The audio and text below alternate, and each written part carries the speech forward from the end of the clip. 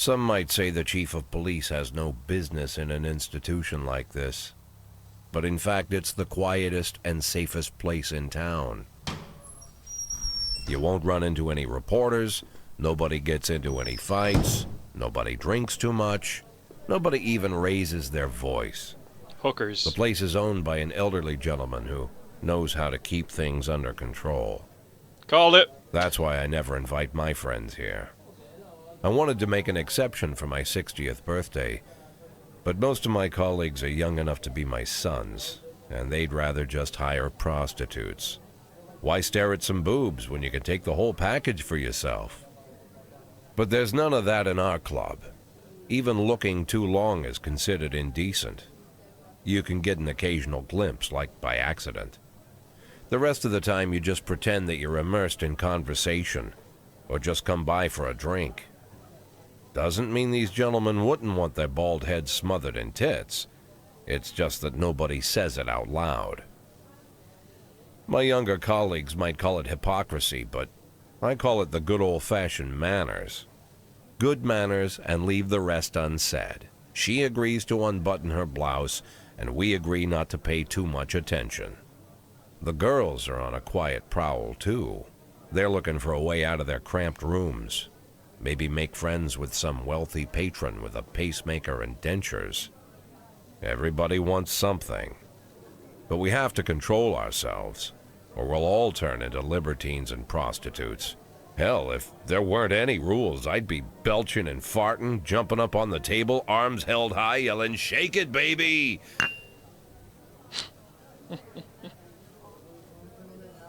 No idea how I got so barbaric. Fuck it, at least he admits it. What is the crack, ladies and gentlemen? It's Gibboeire here with a new series called This is the Police. I saw Splattercat playing this there the other day, and I thought to myself, this is possibly one of the fucking best looking games, or indie games at least I've seen in a long old while. I love the way this is kind of like a story slash movie that you kind of work your way through. And as you'll see now in a minute, it's basically a story that you work your way through, but you make decisions, and the decisions affect what happens in the game. I'm going to leave my camera off for this because I'm afraid that I'll cover over some minor detail that you guys might want to actually see. I guess we'll just jump right into it. I played a test game on my laptop, so I'm going to run a new game now for you guys. Is that going to remove it? Oh, well, fuck it. I didn't go that far anyway. I just wanted to see how it played out. Anyway, I'll be quiet for when they're talking, because it is like a movie.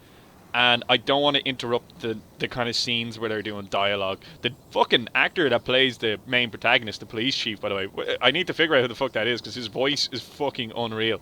Okay, City Hall confirms rumours of Jack Boyd's resignation. That's us. So we're resigning. Mayor Rogers is a sex maniac. Mark War 2 is to be shown a free word. Okay, right, whatever. You will get those papers at the start of every single day, and it seems to do this scene at the start of every day as well. I'm of the opinion that that will probably change. I'm gonna shut up now.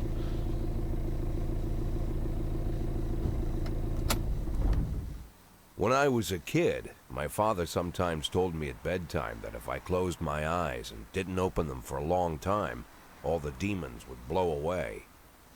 Yesterday I turned 60, but I still take his advice. Not because I'm sentimental or want to keep the memory of my father alive. I just can't think of a better solution. To get away from all the demons that haunt Freeburg, I'd need to wear a blindfold 24/7. Plus, it's a good idea to act blind when talking to reporters. At least that's what my colleagues say. They're afraid of press conferences. But for me, it's more like a confessional. No matter what lies you tell, you're privately thinking the honest answers. It helps me remember who I am. The fact that I'll be reading all about it in the papers tomorrow is a small price to pay. Call it penance for the preacher. It's a good way of looking at it. I love these dialogue scenes. They're fucking so cool. They really get you into the story. This is the first time I'm afraid of those answers my mind has given me. Not because I'm mad I'm losing my job. Though it's true, I'm mad as hell. Not because I subconsciously blame everyone else. Though I damn sure do blame them. And don't even ask me what my next move is. I can't imagine. but even that doesn't scare me. The worst thing is, I know I'm going to have to do something. I'll be damned if I know how far I'll go. I may have a lot of vices, but predictability isn't one of them. There's a lot of these dialogues at the start, but they do thin I learned out a long later. time ago how to drive away the swarming demons. But what do you do when they're trying to rip your soul from your skin? Shutting my eyes tight as I can. The best solution remains the same. Play blind. I just hope the reporters think I was blinded by the camera flash. Are we good? Can I talk now? Good success. Okay, Grant. So basically what we're opening up here with now is kind of a press conference that seems to be going on because Jack Boyd, the police chief, is resigning, and we don't really have any information as to why really yet. So you're not really sure whether or not it's because he's been forced to, or whether or not he's just gotten too old and he's decided, fuck this shit, I'm packing it in, or maybe he's just sick of his job. You don't really know any of that, and basically you're going to start finding that shit out as you go along. Again, as I was saying there, it's really heavy on the dialogue at the start, but that will thin out. Now, I don't mean like it's actually going to stop dialogue. There's going to be loads of dialogue throughout the entire series and throughout the entire fucking game, but it's just in the first couple of scenes to kind of get you into the gaming mindset of what's actually going on. It just hammers you with that shit. So we're in this press conference here, so good morning. We'll click that. Yesterday, the mayor's office officially announced your resignation. Did this come as a surprise, or did you know about it in advance? So we have an option to pick any of these above, and obviously that's going to maybe possibly affect the game or the dialogue or a myriad amount of different fucking things. So it's a surprise for me because I didn't fucking know about it because I only started playing the game. I thought I'd be working as a policeman for another 5 to 10 years. I just want to serve the city. I was very surprised, of course. Okay. Do you already know the name of your successor? No, I think it's a new man. I don't know the name, so no. Of course not, and I don't think the mayor's office knows who it is either. Okay, so I think I'm just going to answer these as honest as I can, or at least go with the ones that I feel are most appropriate, and then that's always going to make it kind of my version of the story. After the recent corruption scandal, your deputy Francis Kendrick said he was looking forward to resigning. If the mayor offered him your position, would that change his mind? I personally don't know him, so maybe. Sounds possible. If he thinks the new office would help him serve a city a little longer. That's a very professional way of putting things. Although Kendrick was acquitted, many still believe that the police are cooperating with the mafia. Do you have anything to say about this? Alright, so Kendrick was possibly working with the mafia. That's what we established from this. I guess the safe answer is I don't know. I've never worked with the mafia, but I can't speak for every man and woman in the department. I can't follow all my employees around the clock.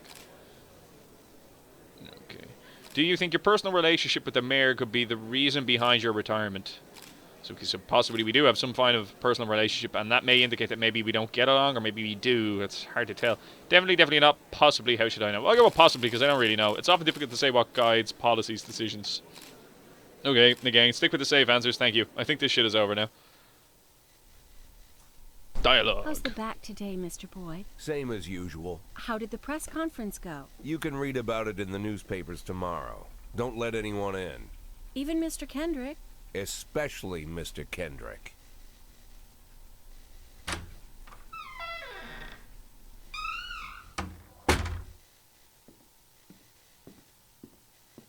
I like this part of the game. This is what really immerses you in the whole shit that's going on. So there's a little thing of pills there. Police shoot. Now, they could be painkillers. They could be fucking aspirin. Oh, well, if you're popping 3 of them, that wouldn't be good for you, bro.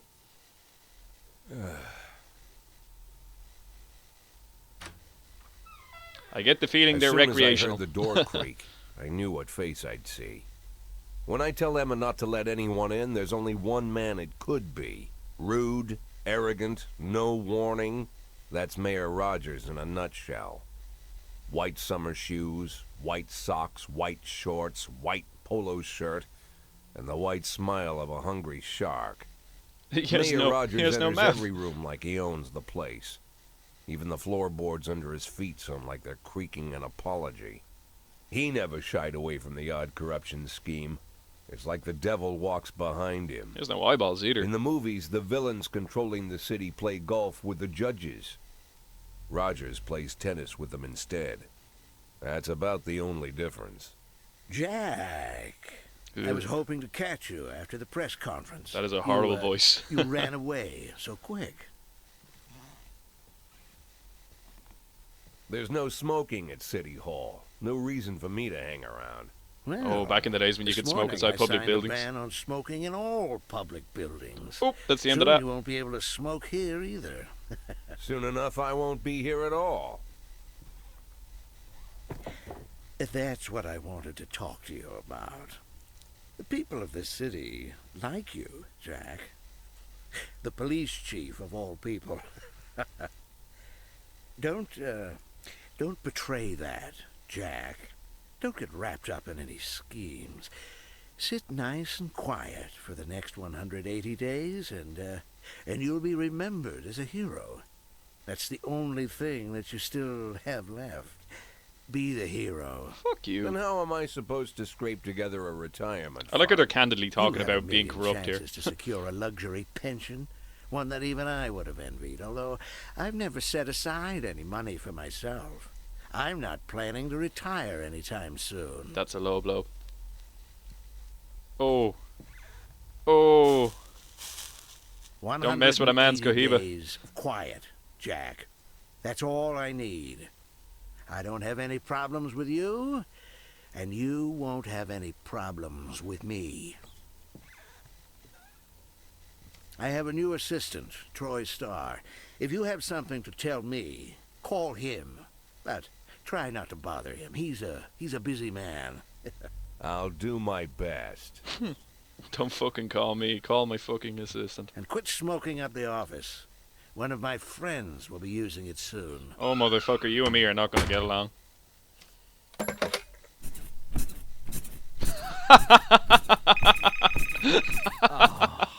I'm sorry, babe. Only the mayor has this number. Mr. Mayor? Yeah, is this Troy Starr? Yes? Go fuck yourself, Troy Starr. Yes. Vindicated. Okay, so I think we're actually going to get into some gameplay now, as opposed to just all dialogue. Okay, so like I said, the opening scene is pretty heady on the dialogue, but we're actually going to get into some gameplay pretty shortly. So the game is all about making choices and decisions will have possibly ramifications for the storyline. I'm not 100% certain about that. I think to a certain extent anyway, but I think it is going to guide us towards an end. So basically, we have 180 days to kind of come up with a retirement fund of sorts. That's what I think is the whole point behind the game. So head of culture department owns villa in Italy. Next police chief still unknown. Cleanliness of city streets increased by 10. Yeah, okay. And again, we're looking at our shitty ass car here. Look at that rust. Ugh. That's rough. Cops don't use the police station cafeteria anymore. There's some kind of stigma against sitting shoulder to shoulder with your partners. Everybody just takes snacks from the machines or grabs a meal and hammers it down in the corner like a vulture on a corpse. The main thing? Don't look into anyone's eyes. Could be construed as an invitation to sit together. The only people eating here are ghosts. I've had that experience at workplaces where you go in and like the canteens and cafeterias, My people don't deputy, eat together. Francis Fucking Kendrick. weird. He recently became one of those ghosts. The subject of one of the most devastating corruption scandals in the history of Freeburg. Ugh. No evidence to support the accusations, but everyone knows Kendrick's days are numbered. I need that file I asked for. Needs to be ready tonight. Francis didn't say anything, but I understood. Ghosts aren't supposed to talk. Besides, I got a feeling he was already finished. I've had that experience in workplaces before, where like when you go to the canteen and people wouldn't sit together and talk to each other. Like I used to work in a warehouse, a package delivery company, a couple of years back, and I think I explained this before in one of my vow videos about like a lot of the lads were from Poland and they spoke Polish, and then the other side of the room was like a lot of the Irish lads that live in the local area that were working in the same factory, but warehouse. But anyway, I remember like I went in and I sat down, and like the middle, there was like 3 rows of tables. You had the left side, we'll call it, was the Irish side. The middle side was the kind of in-betweeny, kind of like no man's land, and then the right side was like where all the Polish guys would sit. And I remember when I came in, I didn't really know where any of this was going on or where anyone was sitting or know anybody or their ethnicity. So I just kind of sat down at the right hand side and kind of just ate my food. And before I realised that, all the English speaking people were on the other side of the room, and then all the Polish speaking people were around me. But I ended up actually getting on with all the Polish people and learning a lot of Polish, Kurwa. I ended up learning a lot of Polish from all those fuckers from sitting there, and actually encouraging them to teach me the various different phrases that they all spoke. And I got good crack out of it then every fucking lunchtime, so I would always sit on the right hand side. And before you knew it, actually, a lot of the Irish lads started sitting over that direction then as well, because they could see how much crack I was getting out of it. And like even when we were on the warehouse like kind of floor, like we'd all start shouting Polish at each other and shit, and like we had really good fun doing it. I don't know. Canteens are kind of weird places. Anyway, would you like to receive tips about how the game works? Yeah. Okay, Freiburg PD organises upcoming work assignments into shifts for today and tomorrow. Every shift, officers respond to crimes in progress and detectives continue their investigations. You can freely move employees between shifts. I am now a fucking manager. God help this fucking PD department. Okay. Wait, PD department? No, it would just be police department. Police department. Department squared. Okay. All officers and detectives possess several important characteristics. So we're going to explain all this shit around the uniform. Again, I have a fair idea what this is already because I have quickly played it. I have an idea of what I was doing. But I'm going to read it out for, you guys. Professionalism. Professionalism shows the overall efficiency level of your policeman. It's this number up here at the top. A figure around 150 is considered average. Well, this guy is fucking deadly, so any policeman who falls short of this mark is not entirely reliable, while those whose professionalism is considered to be higher than average are a safe bet, even in a pinch. An individual's level of professionalism may rise and fall over the course of their career. That makes sense. Energy, which is now going to be this thing on the right. Energy shows how tired your policemen, or women, are. The less energy your people have, the less reliable the work. And a policeman who is exhausted might fall asleep at the wheel or make a critical error on the job. Your employees lose 1 point of energy after each working day and restore 1 point after each day of rest. Okay, so if we work somebody to the bone, we may have to consider giving them time off. Hidden characteristics, okay, which I believe is this one, and may be represented by a question mark typically during the game. I don't know if we actually ever get to figure out what those may be.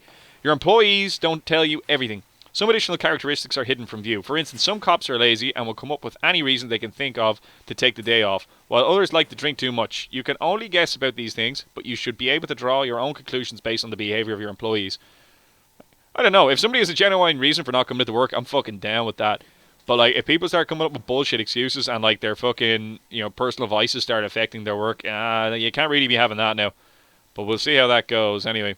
Okay, so this is Shift B. I assume that's what we're working with today. So we have Kochi with 250, Yancey with 220. Kochi has a rank here as well. That would make her, what, like a corporal? Lance corporal? Lance corporal. Purdy here with 210. We have Subaki here with 120. Asano with 100. Austin with 90. Price with 5. Shit. And you're old. Oh man, like who the fuck are you going to arrest? Like you'll end up breaking a fucking hip or some shit. She looks like she's fucking halfway into the grave. Mole here, who is in a different colour altogether, is a detective. We have DeBrito, who looks like some seriously ropey motherfucker mafia type here, with 100, and Armstrong with 100 as well. Right. So, Shift B, overall, looks pretty average. But this is a fucking atrocious. I don't know. Like, I guess with police work, like, with age, I guess you get experience in terms of actually dealing with people and all that type of shit. Like, you would get better at communicating with people and, like, resolving situations without having to resort to the need of violence. I would just assume, just kind of from experience of other people in various different careers, police work shouldn't be any different. So, like, with age and kind of time spent doing that type of work, you should get substantially better at it. So one can only assume that her professionalism there is possibly as a result of her age, so she is no longer physically able to do the job, or she's just shit at the fucking job and doesn't fucking care about it. Like, she's served her time and no longer gives a fuck. Either way, it's not good for us. Let's start today and see how this pans out. And as you can see, you don't see any bottles around like that in any of the windows there either, so... Ugh. Oh, the fucking jam, man. The music is so fucking good in this game. The cigar, that fucking asshat, man. Okay. Right, so basically, as you can see, the time is ticking up there, and we are going to wait for something to actually happen. So this is the actual gameplay side of things now. And as things happen, we are going to respond to them. But as you can see, we only have so many officers, so we're going to be constrained in what we can and cannot respond to with how many units. Ideally, sending multiple officers to each fucking call, but, you know, we'll have to do make do with what we can. Responding to calls is the bread and butter of police work. You'll need to send your officers to the crime scene before the timer expires. A mark under the map shows where the call came from. The farther away the destination is from the police station, the longer it will take your officers to travel back and forth. So the longer your people will be tied up and unavailable for upcoming work. Ugh. Okay, so we have a hit and run at the Everyday Mall. There's the police station. The easiest way to determine how difficult the task might be is to check how many units you are allowed to send on the call. The more units you can send, the more serious the alleged threat. Particularly risky missions give you the option of sending SWAT, but they must be accompanied by at least one officer. Okay, so we have a call here. The number of slots is not the only thing to consider. Any available information from the location of the crime scene to the presence of weapons and so on. All of this can tell you how seriously each case should be taken. A mission might look simple at first glance, but until it turns into a brutal meat grinder, or a serious call can come in, which turns out to be a false alarm. Right. Hit and run in the Everyday Mall. A married couple excited exited a convenience store and saw a man in the parking lot back over a homeless man who'd been digging through a trash can. The driver jumped out to help, but once he saw that he'd hit a bum, he got back in the van and quickly drove away. Well, fuck you, buddy. Okay, let's send Kochi, who is an officer with rank and has our highest level of professionalism. And we will send Kochi with Austin, who has lower professionalism. Now, I am doing this because I do have some a priori knowledge. When officers do arrest the subject, they actually gain professionalism. And if they fail, they actually lose it. So it makes sense to send your good officers with some bad ones or average ones in order to get them all better. Fight the Last Picture Show Theatre. Okay, so we have a fight here in the Last Picture Show Theatre. A theatre manager reports that during a showing of Citizen Kane, a drunk man attempted to force his way into the theatre, carrying a snowboard decorated with the word Rosebud. When he was denied entry, he violently attacked the cashier and is currently fighting with the theatre security guard. Okay, so this is an active, actual fucking situation happening here. So I reckon we send two pretty decent cops to that one, so that way they can both make sure that they deal with this in a good fashion. So as you can see, we've got timers here on everyone. Look at those weather effects. Timers here on everyone as they are responding to various different scenes. And now you can see up here in the top right, we have a report on how the situation went with those other two. But you can also see that the professionalism has increased, so we can already assume that it went well. When everything goes... coughing my lungs up. When everything goes well, the police captures the criminals, and nobody dies. But the truth is, sometimes the criminals manage to escape. Just try to avoid any dead cops or civilians. Dead cops will hurt your roster, and dead citizens may bother the mayor even more than the living ones. Holy shit. Okay, let's try not have any dead cops. That's my vote. Okay, the offender was caught, and as you can now see, both of them gained 10 professionalism. So now Austin is starting to move on up in the world, which is what we're going to want to do. We want to improve our lower level ones. Not too sure what we're going to be able to do about Price. She just seems to be a body filler here now at the moment. She's just filling space in the roster. And we're going to find out what the crack is with this fight now in 2 seconds. So we got two pretty decent officers. They're above average. Okay, we got a report in the fight. And the offender was, of course, caught. Lovely stuff. We now have 230 and 220. Sweet. They're getting pretty good now. Okay, we have an armed robbery. Right, shit. So that's... Oh, fuck me. Now we're getting shit all over the place. I'm going to wait till my officers come back so that way I have everyone together at once. I reckon I'm going to want to send the A-team to the armed robbery. But, oh, come on. Okay, you can hear the car pulling up there. That means they're back. And I also saw that we got a third thing in here. Okay, Johnson Jurgen and Kat's law firm. A brother and sister clashed with each other over their deceased father's will. According to one of the lawyers... That's always such a fucking hard word to say. We don't dare to separate them, and our security guard is off duty tonight. Ugh. Oh man, I'm looking at all these, and I'm kind of doing the law of averages in my mind here to try and work out how much I should send to this.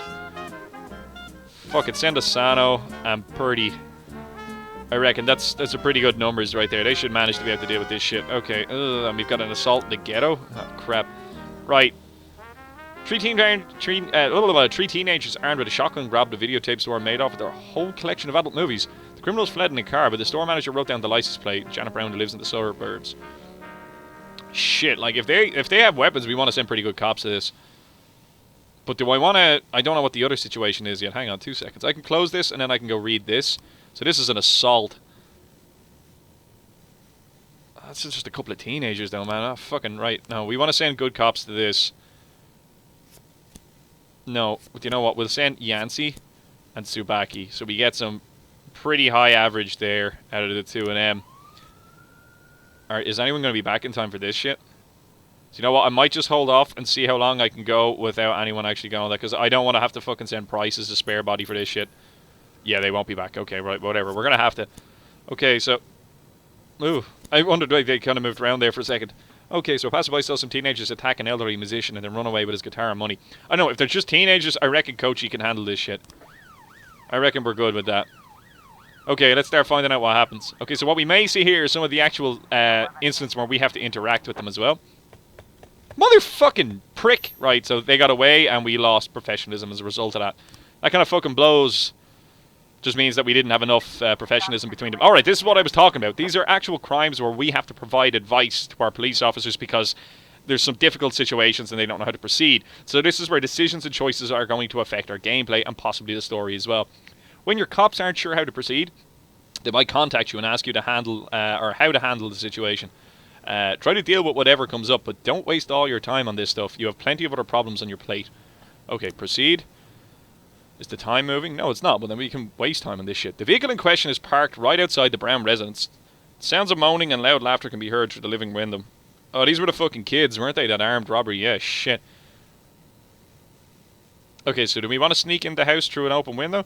That's pretty risky. You know, fucking... If we enter the house and they get surprised or like that, they could fucking pop us. Knock on the door, open up the police. That's a pretty fucking... That makes sense in my head. But the only thing is you're kind of... you're announcing your presence to them, and again, you're making yourself vulnerable because you're approaching the house. Turn on the siren and the loudspeaker and shout that the house is surrounded. Like, where the fuck are they going to run? They're kids. I reckon we go with that. Bang! So as you can see, offenders caught, officers are unharmed. So they both gain professionalism and happy days. And the most critical thing there is our officers are unharmed. Okay, happy days. As you can see, we're getting on with the day here now. We've $2.5 grand here. The importance of money is going to come into this later. Okay. Hey, so we got the kids. Nice. Kochi is getting pretty good. Austin is getting pretty good. We made her come up from fucking 90 to 110. Price as well. Price is price. And this appears to be the end of the day, and as you can see, it says end of day down here. So that's our first day as a policeman, officer, worker, manager thing. Overtime. If you think you'll need a couple of extra hands tomorrow, you can order any cop to come in and work overtime. But if they're working flat out, they'll be much more exhausted. Somebody's bound to make a mistake. I reckon if we start losing officers, that's going to be when we're going to actually require doing that sort of shit. I can quickly show you Shift A here as well. So we've got Stovall, who's a fucking beast with 400, and is also a man with rank. Van Dahl here, who's 160, so he's average. Robbins, who's average. Samity, who's below average. And then a fucking... What the fuck? Grant with 85. Birch with 60, and he looks very sad. Birch Jr. Oh, so you're related and you work on the same shift? You look like you're fucking hating life. And if you're the junior, you're fucking shit at this fucking job. And we've also got Roy. Roy, again, another elderly lady with 5. I don't know, these look like they're more suited to desk jobs than they do active service, whereas this selection of people here look like they actually know what they're doing. But, like, again, coming back to this kind of stereotype of age and kind of being good at your job, like, Stovall could be a fucking tank for all I know. You can't really see his pecs anywhere here, but, like, this guy is obviously, he's been doing this for a while. He's got a rank, and he's got a lot of fucking experience and professionalism doing it, whereas this bitch, what the fuck? What the fuck am I going to do with that? Eh? What use are you to me? I'm going to wrap this episode up here because we're rocking on to a half an hour, and that's pretty much the end of this bit. So this has been Gibboeire, ladies and gentlemen. Thanks for watching this video. If you enjoyed watching this video, please leave a like down below and possibly consider subscribing to the channel. If you have any comments, questions, concerns about anything that happened in this video, leave them down below in the comment section. I will get back to you as soon as I can. Take her handy. Bye-bye!